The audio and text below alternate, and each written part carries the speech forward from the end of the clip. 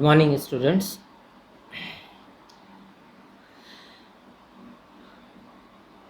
We will start the new chapter today, that is photosynthesis in higher plants. And we are on page number 1 of this chapter.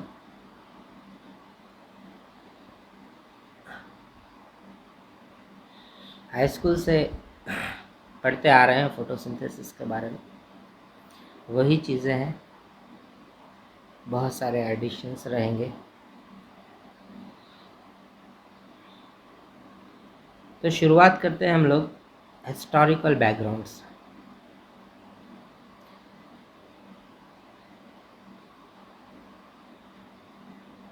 तो हमको कब पता चला कि plant जो है फोटोसिंथेसिस करते हैं, फिर करते हैं तो किस तरह से करते हैं, इस चीज़ को बताने के लिए बहुत सारे साइंटिस्ट ने अपना अपना कंट्रीब्यूशन दिया, बहुत सारे एक्सपेरिमेंट्स करके दिखाए।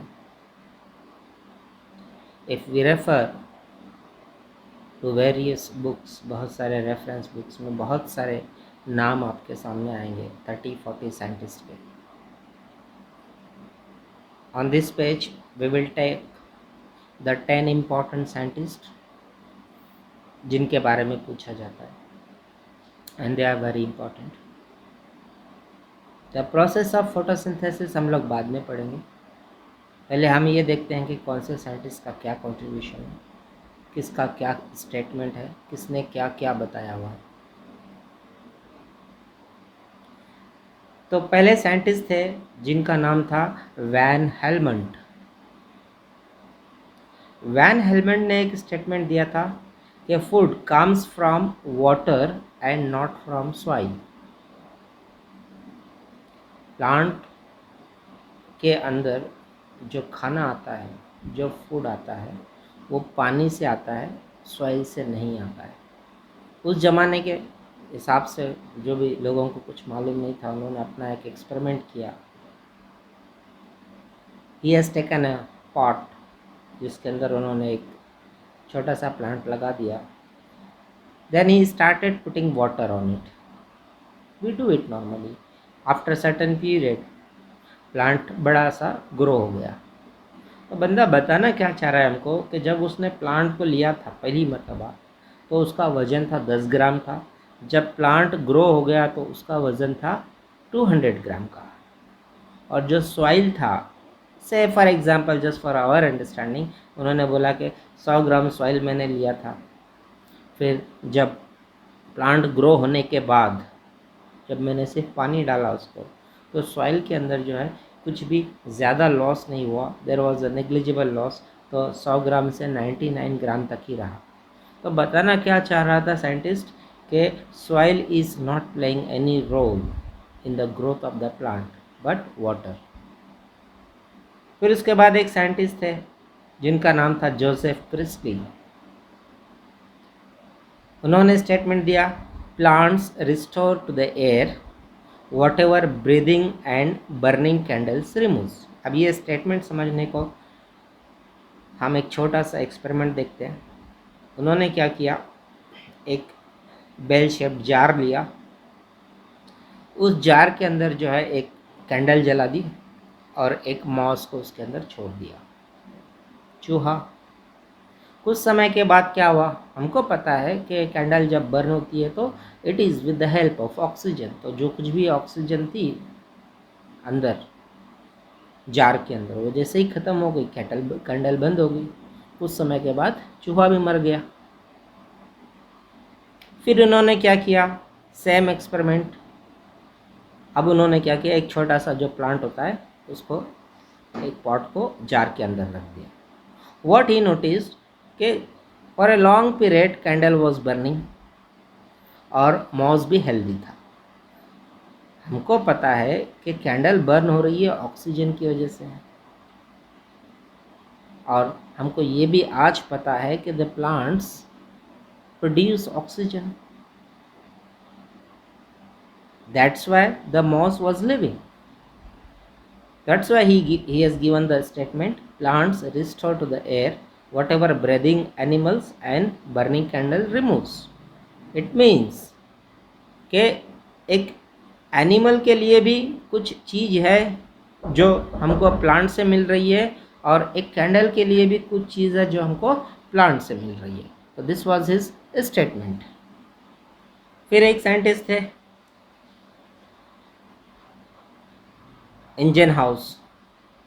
उनका स्टेटमेंट था sunlight is essential for photosynthesis. आज हमको सब सारी चीज़ें बताई है, सब हम आज सब पता है हमको, लेकिन उस पीरियड में जो साइंटिस्ट ने जो स्टेटमेंट दिए, जो सबसे पहले वाले स्टेटमेंट कि हाँ भाई ऐसे होता है, तो उन्होंने एक एक्सपेरिमेंट किया. उन्होंने क्या किया, एक पॉट के अंदर एक्वेटिक प्लांट को लिया, उसके ऊपर एक जार रखा, एक कैंडल लगा दी. After some time he noticed the bubbles are oxygen bubbles are coming out from the plant and bubbles not found in absence of light. तो वही चीज़ बस थोड़ा सा इसके अंदर एडिशन. देन फिर एक और साइंटिस्ट थे जिनका नाम था जूलियस सैक्स. सैक्स के बारे में बताया जाता है कि उन्होंने बहुत सारे जो है एक्सपेरिमेंट किए हैं. Is a great botanist. बंदे ने इम्बाइबेशन के बारे में भी बताया हुआ है कि रूट हेयर से जो है प्लांट्स वाटर को किस तरह से लेते हैं, हाउ दे ट्रांसफ़र. तो क्लोरोफिल का जो कंसेप्ट था कि where it is stored in the plant, वो भी बताने में जूलियस सैक्स का बड़ा रोल था. बहुत सारी चीज़ें, लेकिन यहाँ पे फोटोसिंथेसिस के हद तक उनका जो स्टेटमेंट है वो बता रहे हैं कि plants produce glucose during photosynthesis. तो उन्होंने भी काफ़ी एक्सपेरिमेंट करके इस चीज़ को समझाया. Then there was one more scientist, Engelmann. अभी इनका स्टेटमेंट था कि जो लाइट होती है, लाइट के अंदर हमको अलग अलग वेवलेंथ की लाइट होती है. जो लाइट हमको वाइट नज़र आ रही है उसके अंदर वी सी विबजॉर, छोटी क्लास से पढ़ रहे हैं, wallet, Indigo, blue, green, yellow, orange and red. तो इन्होंने क्या किया कि इन्होंने बोला कि भैया ये जो अलग अलग जो कलर की लाइट है उसकी अलग अलग जो वेवलेंथ होती है, और इसका जो इफ़ेक्ट होता है प्लांट के फोटोसिंथेसिस पे वो अलग अलग होता है. मतलब the effect of different colours of light on photosynthetic activity is different. तो इन्होंने जिस चीज़ के ऊपर एक्सपेरिमेंट किया उसके बारे में पूछा गया है एग्ज़ाम्स में. Cladophora algae. अलगा को इन्होंने एक बीकर में रखा, एक जार में छोटे से, फिर उसके ऊपर जो है उन्होंने अलग अलग कलर की लाइट का एक्सपेरिमेंट किया. मतलब अगर प्रिज्म के थ्रू अगर हम लोग लाइट को छोड़ते हैं तो we will see the VIBGYOR. What he noticed, the Cladophora accumulated more near blue and red light. जहाँ पे ब्लू कलर की लाइट आ रही थी, जहाँ पे रेड कलर की लाइट आ रही थी, वहाँ पे जो है क्लैडोफोरा का जो है प्रोडक्शन ज़्यादा हो रहा था. इसका मतलब they were growing more there in that area. तो बाद में हमको पता चला कि जो फोटोसिंथेसिस होता है तो उसके अंदर जो है ब्लू कलर और रेड कलर बहुत ज़्यादा effective. Will see later on in the process of photosynthesis. फिर एक साइंटिस्ट थे वैन नील. वैन नील ने स्टेटमेंट दिया फोटोसिंथेसिस इज़ लाइट डिपेंडेंट. मतलब जब तक लाइट नहीं होगी फोटोसिंथेसिस नहीं होगा. वैसे हम आगे पढ़ेंगे क्या है ये लाइट रिएक्शंस वगैरह. और इन्होंने एक चीज़ और बताई, hydrogen from suitable oxidisable compound is used to reduce CO2. अब ये जो स्टेटमेंट है, hydrogen from suitable oxidisable compound is used to reduce carbon dioxide. बंदा हमको इशारा दे रहा है कि CO2 के अंदर रिडक्शन हुआ तभी तो जाके C6H12O6 बनता है, ग्लूकोज बनता है. फोटोसिंथेसिस का मतलब क्या है? The production of glucose from CO2 with the help of water in the presence of light. तो बहुत सारे साइंटिस्ट ने इस तरह से जो है थोड़ा थोड़ा ज्ञान दिया. आज हम लोग पूरा का पूरा उसको पढ़ेंगे इस चैप्टर में. वैन नील ने जो एक्सपेरिमेंट किया था वो पर्पल और ग्रीन बैक्टीरिया के ऊपर किया था. फिर एक और साइंटिस्ट थे जिनका नाम था रॉबर्ट हिल। रॉबर्ट हिल ने हमको बताया plants use light energy to generate reducing power. तो he has given just the extension of what Neil has said. एक और साइंटिस्ट थे थियोडर डी सॉसर। उन्होंने स्टेटमेंट दिया water is essential for photosynthesis. फिर उसके बाद एक और साइंटिस्ट थे जिनका नाम था एमरसन। एमरसन ने काफ़ी एक्सपेरिमेंट किए। जो उनका पहला स्टेटमेंट था वो था two photosystems present in plants.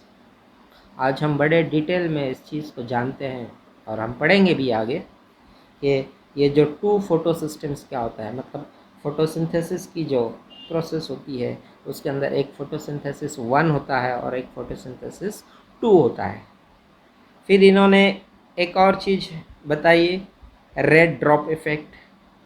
इसको हम लोग एमरसन्स इफ़ेक्ट भी बोलते हैं। That also we will study later. फिर बंदे ने बताया लाइट रिएक्शन और डार्क रिएक्शन के बारे में। फोटोसिंथेसिस नॉर्मली 2 पार्ट में कंप्लीट होती है।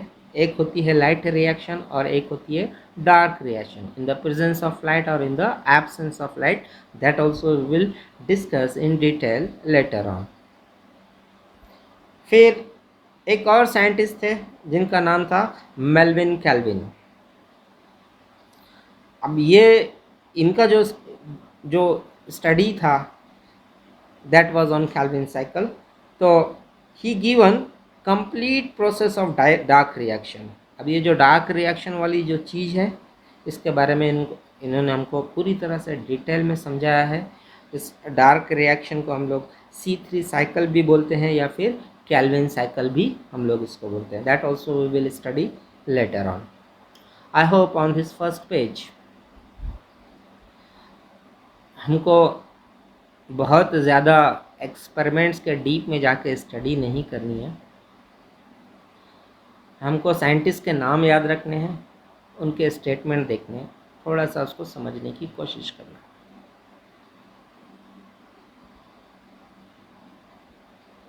In the next page, we will start the process of photosynthesis in detail. Thank you so much.